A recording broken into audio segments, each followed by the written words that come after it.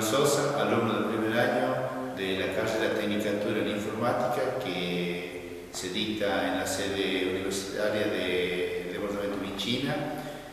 Junto con mi compañero Jair Bordón tenemos como consigna hacer un video tutorial referido a hacer una secuencia relatada sobre la evolución de las computadoras desde sus primeras generaciones o desde su inicio hasta el segmento que comienza la segunda generación.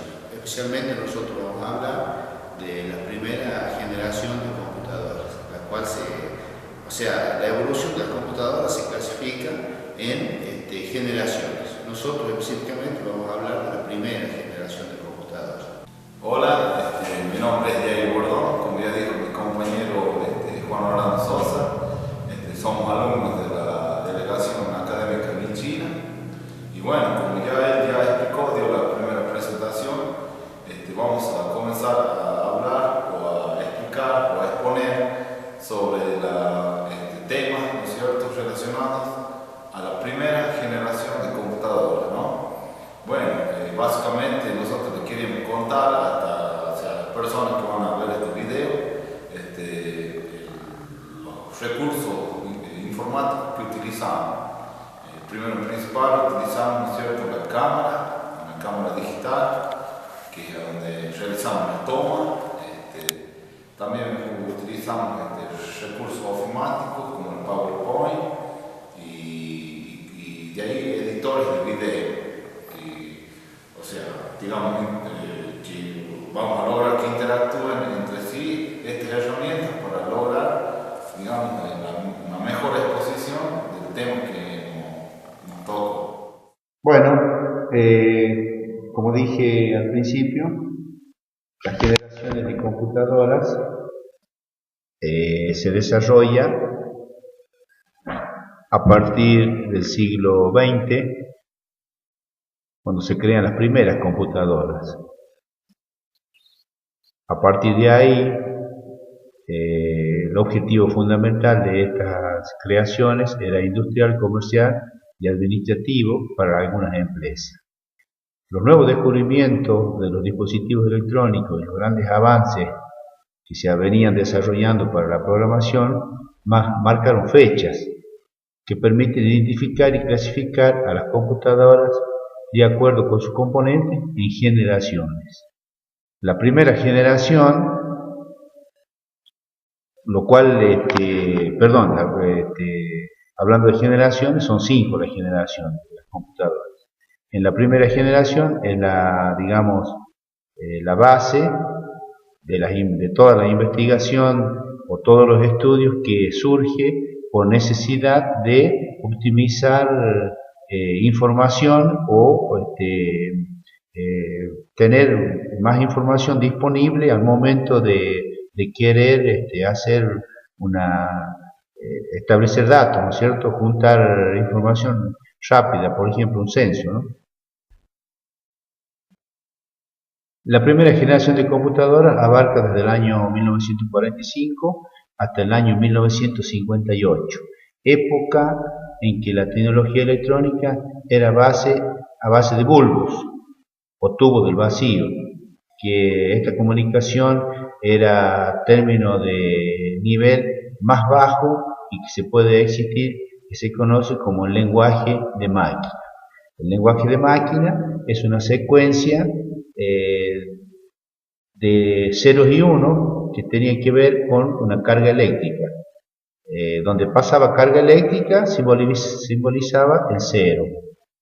Perdón, donde pasaba carga eléctrica teníamos el 1, y donde no había carga eléctrica era el 0.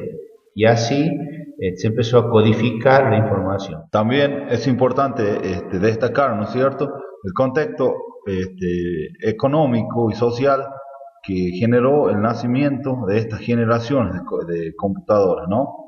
Como ser el caso, ¿no es cierto?, que nosotros estamos analizando y explicando sobre la primera generación de computadoras. Vamos a hacer, digamos, una cronología en el tiempo, a donde se llevó a cabo digamos, el primer inicio de esta computadora. Fue en el año 1943, en donde el mundo, o sea, estaba en guerra.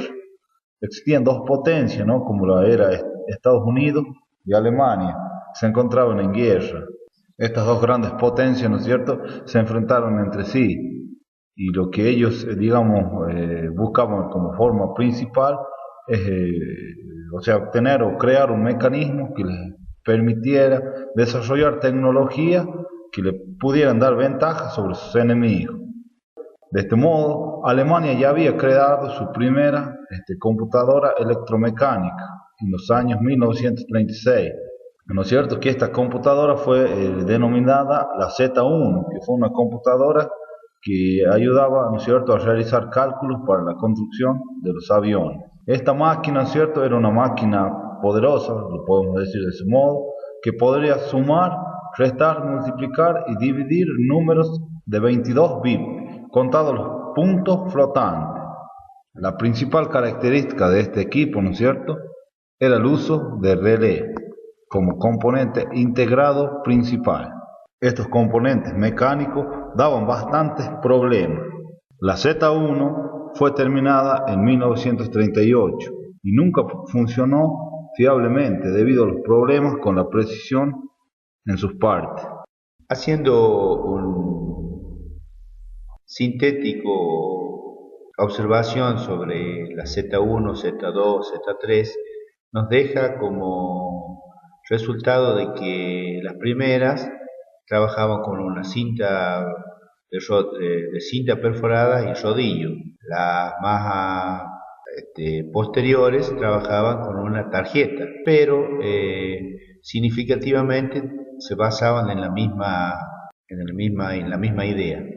A continuación o posteriormente apareció la ENIAC en 1944, considerada hasta hace unos años como la primera computadora digital electrónica en la historia. No fue un modelo de producción, sino se hizo como una máquina experimental. Tampoco era programable en el sentido actual. Se trataba de un enorme aparato que ocupaba todo un sótano en la universidad. Estaba construida con 18 tubos de vacío, consumía varios kilovatios de potencia eléctrica, pesaba varias toneladas, era capaz de efectuar 5.000 sumas por segundo. Fue hecha por un equipo de ingenieros y científicos encabezado por los doctores John Marchik en la Universidad de Pensilvania en los Estados Unidos. Para esa época no existía todavía fuentes básicas o donde se podía requerir o consultar cómo podían trabajar o se podía hacer un lenguaje de programación. Generalmente era todo mecánico, a base de testeo, iban únicamente trabajando de acuerdo a la observación que les iba apareciendo en ese momento.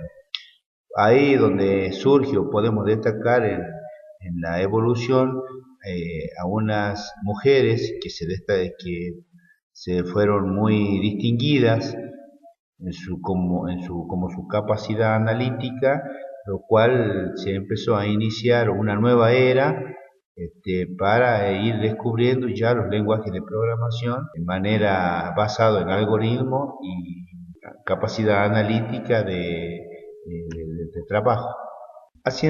Nos centramos en el año 1951, donde los mismos creadores de la ENIAC se propusieron diseñar un modelo de ordenador que pudiera, digamos, cumplir los requisitos de esa época. Es por ello que crearon la UNIVAC, que fue considerada como la primera computadora comercial.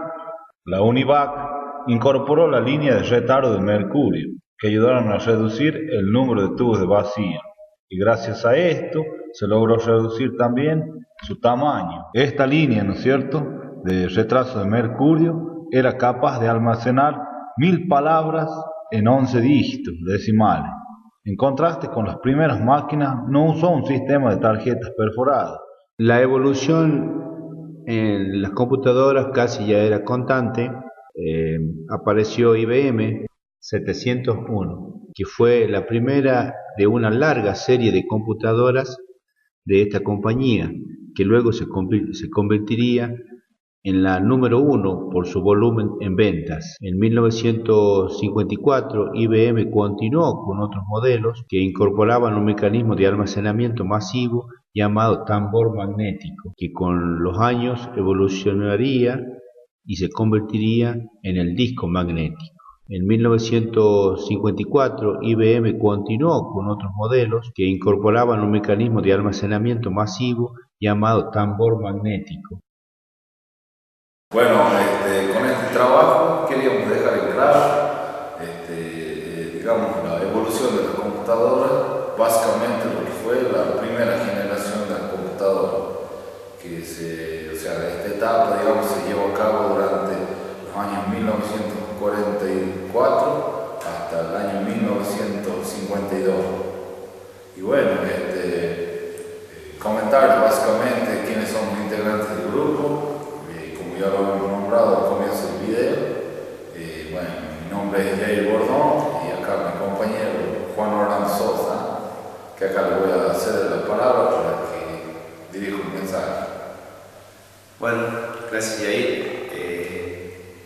De alguna manera hemos querido hacer una secuencia de cómo ha ido evolucionando el área de informática, lo que hace a lo que son las computadoras, la organización, la programación,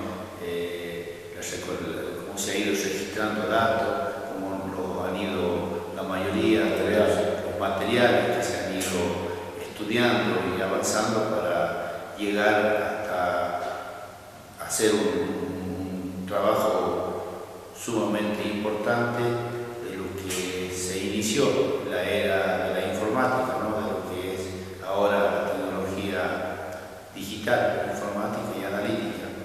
En la actualidad ya ha avanzado a paso muy agigantado, pero se ha partido de estos inicios desde el año 1944, como dice mi compañero. Nada más por comentarle y bueno, sin duda pueden haber un margen de error en esto que es aprendiz, estudiantes que somos en esta digamos, tecnicatura. Gracias y también gracias a mi compañero y bueno, nada más.